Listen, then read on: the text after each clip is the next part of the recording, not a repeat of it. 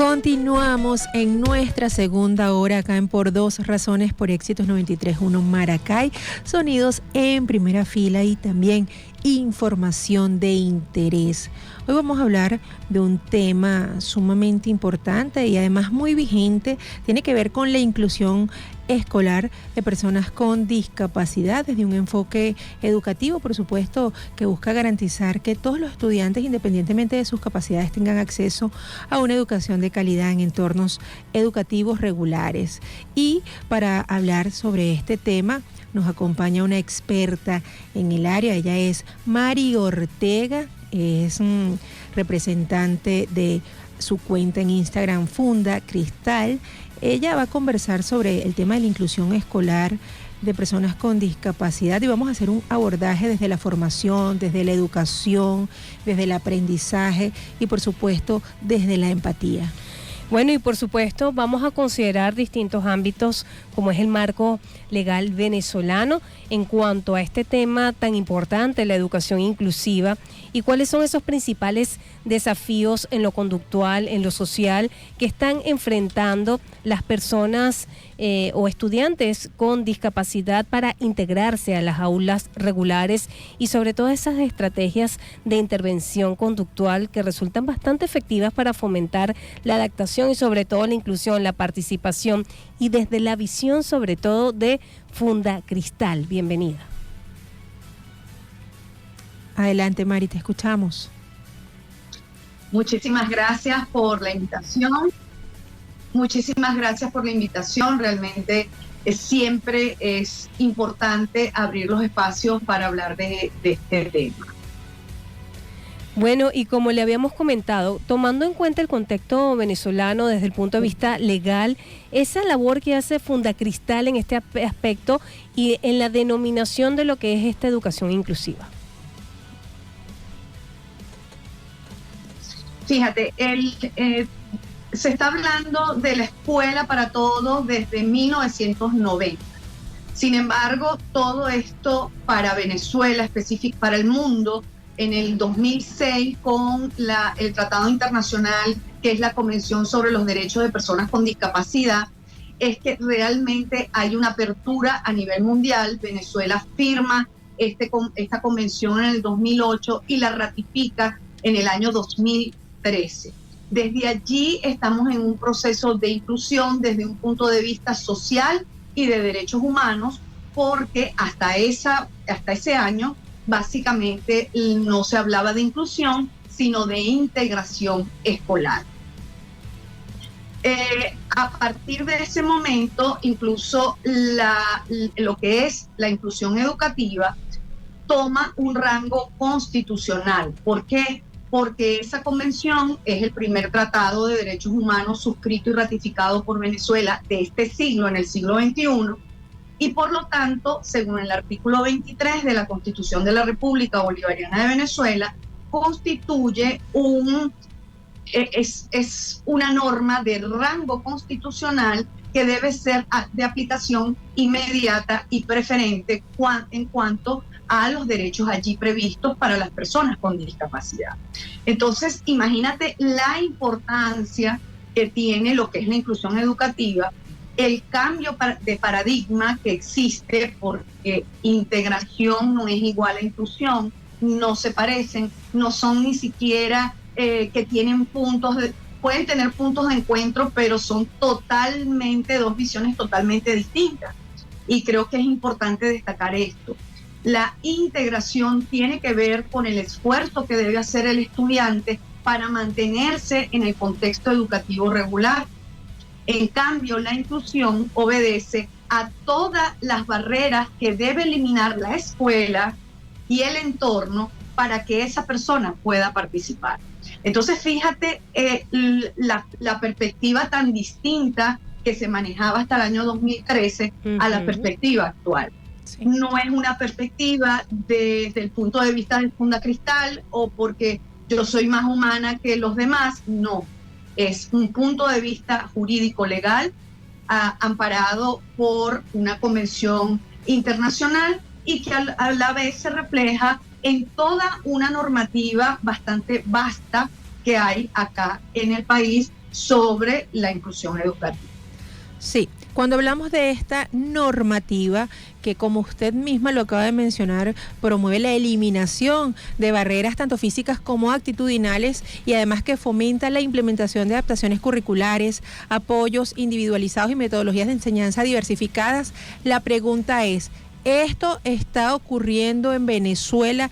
¿Realmente estamos promoviendo una educación inclusiva para personas con discapacidad? ¿El modelo está adaptado a esto en la actualidad? Muchas escuelas están tratando de capacitar, porque hay una barrera que nombraste, que es el punto y fin de muchas cosas, que es la barrera actitudinal. Lo que la escuela piensa, y cuando hablo de escuela no hablo de maestra, sino ahí involucran maestra, directivos, los padres de los niños con alguna condición, pero también los padres de los niños regulares. Es decir, hay 3 cosas que tiene que promover la escuela, que son sus políticas educativas, sus prácticas educativas y su cultura educativa que sea inclusiva. Estas 3 vertientes tienen que ser inclusivas. Entonces allí hay que hacer un trabajo desde la escuela para todos los actores escolares. ¿Se está haciendo en todas las escuelas? Si te digo eso, te mentiría. No se está haciendo en todas las escuelas. ¿Hay escuelas prestas a hacer esto? Sí. Muchas escuelas llaman para capacitar y para invertir en prácticas educativas que sean inclusivas, donde se prevean a todos los estudiantes. Bueno, sin embargo, todavía hay mucho trabajo por hacer. ¿Por qué? Porque cuando hablamos de creencias, tenemos que entender que no todo el mundo está en el mismo punto de inclusión. Hay personas que están abogando por esto, que están promoviendo por esto, pero dentro de las mismas escuelas hay personas o hay maestros o hay educadores que dicen: ¿por qué yo tengo que incluir una persona con discapacidad? ¿Por qué yo tengo que hacer adaptaciones curriculares si realmente yo no estudié para esto? Yo estudié para darle clase a estudiantes promedio. Y sin darse cuenta que toda esta dinámica cambió desde el año 2013. Y para aprovechar su experiencia, a su criterio, ¿cómo pueden las escuelas venezolanas, especialmente con contextos limitados y con lo que ya estamos conversando, implementar esas adaptaciones conductuales y esas metodologías que realmente garanticen una participación plena y un aprendizaje significativo para todos los estudiantes, incluyendo aquellos con diversas discapacidades? Fíjate, a veces no necesitas grandes recursos. Vamos a estar claros, si es multifactorial.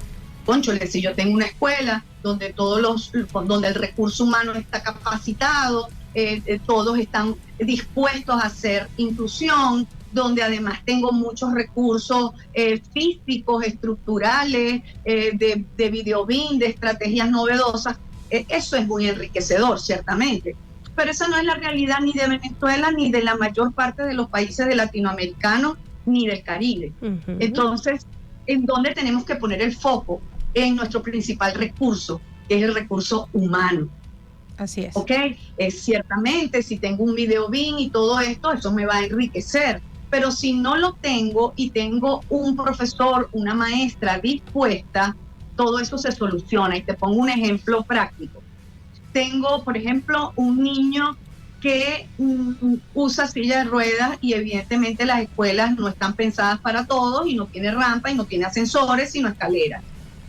Si no tenemos una creencia limitante y si tenemos disposición de inclusión, ¿qué se hace? Podemos bajar el salón a planta baja o podemos, con la ayuda de un profesor de educación física o de los mismos compañeros, subir al estudiante. Claro. Claro que pero sí. Si yo tengo una barrera de indisposición, o sea, estoy indispuesta, yo realmente no creo en esto de la inclusión, realmente no estudié para esto y me engancho en ese pensamiento, pues no voy a conseguir soluciones jamás.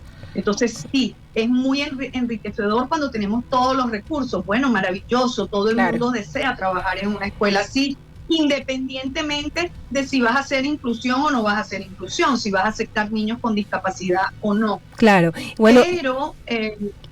Pero básicamente es el recurso humano lo que requiere mayor preparación, incluso para poder entender cuándo tienen que solicitar ayuda, porque pareciera que la maestra o el profesor tienen una varita mágica para solucionar todo, o al menos deberían, y eso tampoco es cierto. Claro, sí, es parte de la realidad, y nosotros agradecemos a nuestra invitada Mari Ortega desde la ciudad capital, desde Caracas, funda.cristal, @funda.cristal, por todo ese conocimiento y este tema que, bueno, es importante conocer estas variables. Claro que sí, definitivamente la inclusión escolar beneficia no solo a los estudiantes con discapacidad, sino a toda la comunidad educativa, al promover valores como respeto, empatía y colaboración, tal como lo indicó nuestra invitada Mari Ortega. La pueden encontrar en su cuenta de Instagram como @funda.cristal y conocer más sobre este movimiento. Gracias